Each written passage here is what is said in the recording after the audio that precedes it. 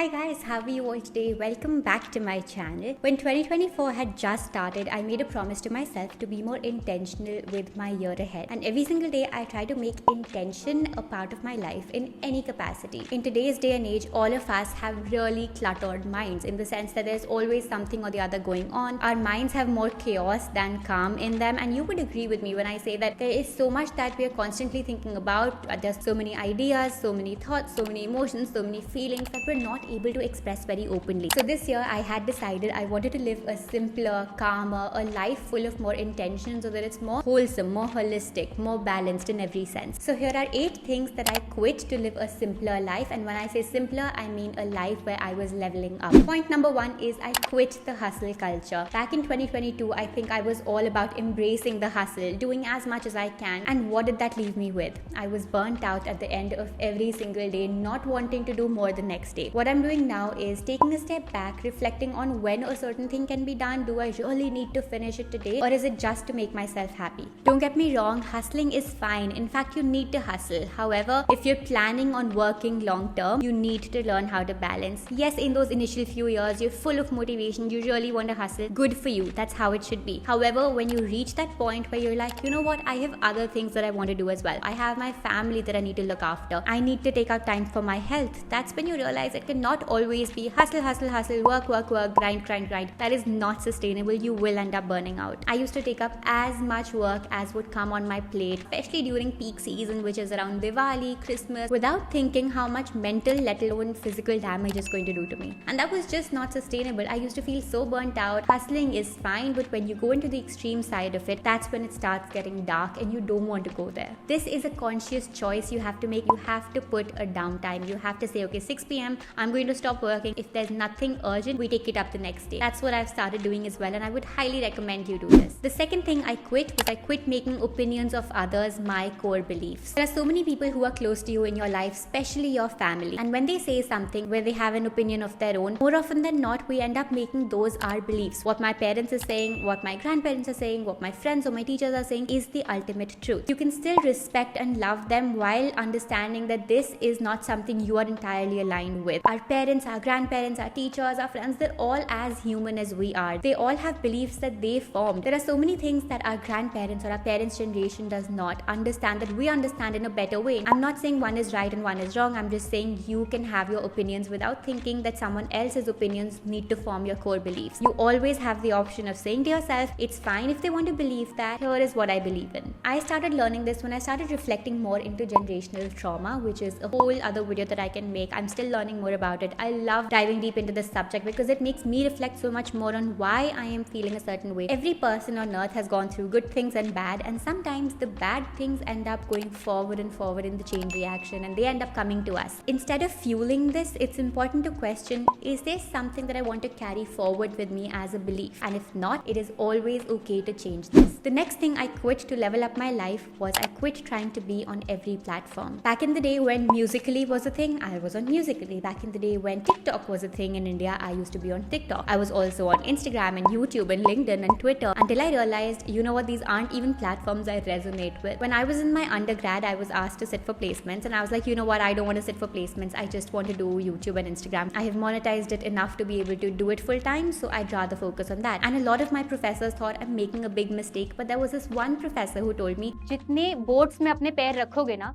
उतने अनस्टेबल हो गए. एक चीज में अच्छे से फोकस करो, उस चीज को अच्छे से करो, बिल्कुल टनल विजन बना लो, अपना लेफ्ट ना राइट कहीं और नहीं देखना है, बस उस एक गोल को देखना है कि मुझे ये चीज करनी है. The more boats you keep your feet in, the more wobbly you're going to become and fall. Instead, keep all of your heart and soul in one boat and you're going to be much more successful. That's what I ended up doing. I figured out what platforms work for me, which ones I like to post on, and truth be told, I am still so much more of a YouTube long form girly than I am short form. It's fine leaving out on some. It's fine not knowing what trends are going on a certain platform. It's fine being in my own space. It's fine preferring YouTube to any other kind of platform because I love this so much. I love talking to you guys so much. So if you haven't subscribed, make sure you do, because through my videos, I would love to help you level up as well. The next thing I quit, and that I think most of us should quit, is impulsive shopping. Now, shopping is fine once in a while, especially as a fashion content creator. When I got my wardrobe built, we were putting everything in place, and I realized I have so much stuff that I don't end up wearing, so much stuff stuff that I will never even look at again, but it's just kept there because I bought it and I never wore it again. So many things with tags still on. By the way, I have a huge closet sale coming up, so if you're interested in that, I will drop the details on my Instagram, so make sure you follow me over there. But that's when I learned I was impulsively shopping so very much, and I needed to stop doing that. What I do now is, on my notes app, I make a list of things that I want to buy, and as and when I go to the mall, if I really want something, if I really like something, if it's on my list, that's when I buy it. Because other than that, if you have the basics, if you have a few pieces you can work your wardrobe around, you should be good. And when you buy something, try to make sure it fits with everything else that's part of your wardrobe, so it's not just a one-time outfit. Not only will this help save you so much space in your wardrobe, it will also save you financially. The next thing I quit was overthinking. Now, truth be told, I am a big overthinker, type A personality, where I want everything to be done a certain way, and so I end up overthinking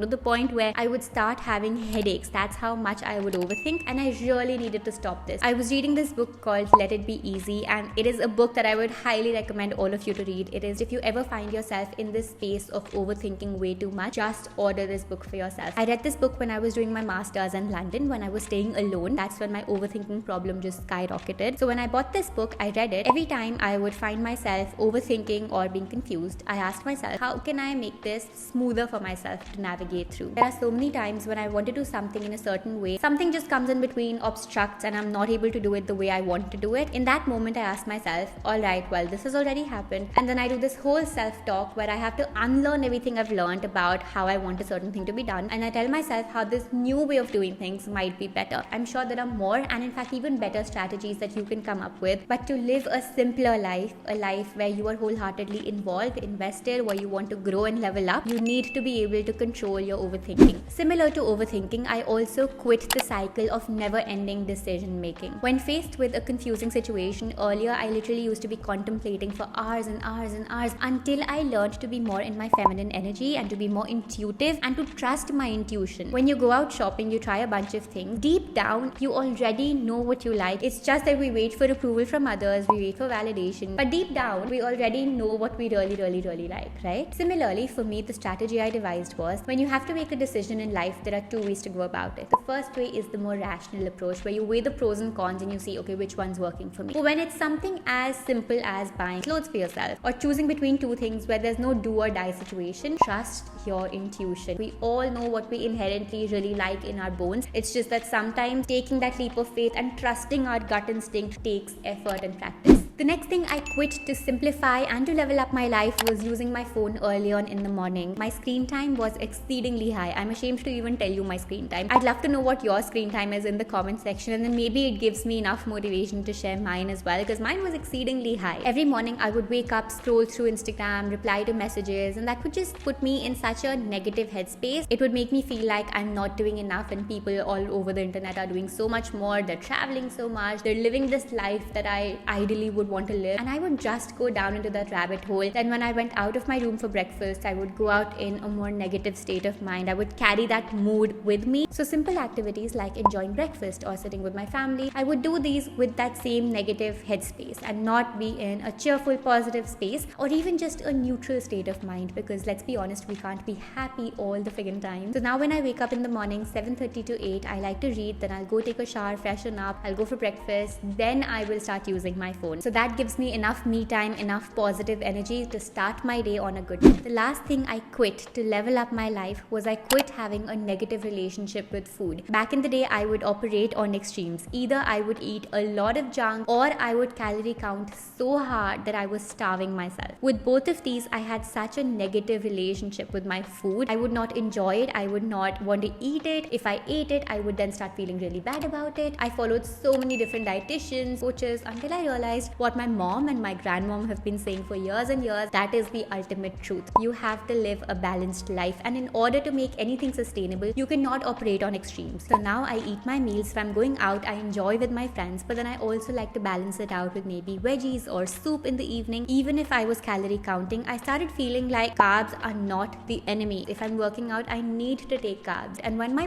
plate looks a certain way, I love it. When it has enough carbs, when it has enough proteins, enough fruits and veggies, that is all I want. If you'd like to watch a video on what I eat in a day, I would love to make one for you. So leave a comment down below so that I know you guys want to watch it. And that's about it. Those were 8 things I quit to really level up my life. Do leave your comments down below. I would love to read what you quit to level up your life or to simplify your life. If you liked this video, make sure you give it a big thumbs up and leave your comments down below letting me know what other videos you'd like to watch. And if you're new here, make sure you subscribe because I do make a lot of such videos that help you level up your personal presence. I'm going to see you very, very soon. Till then, bye-bye.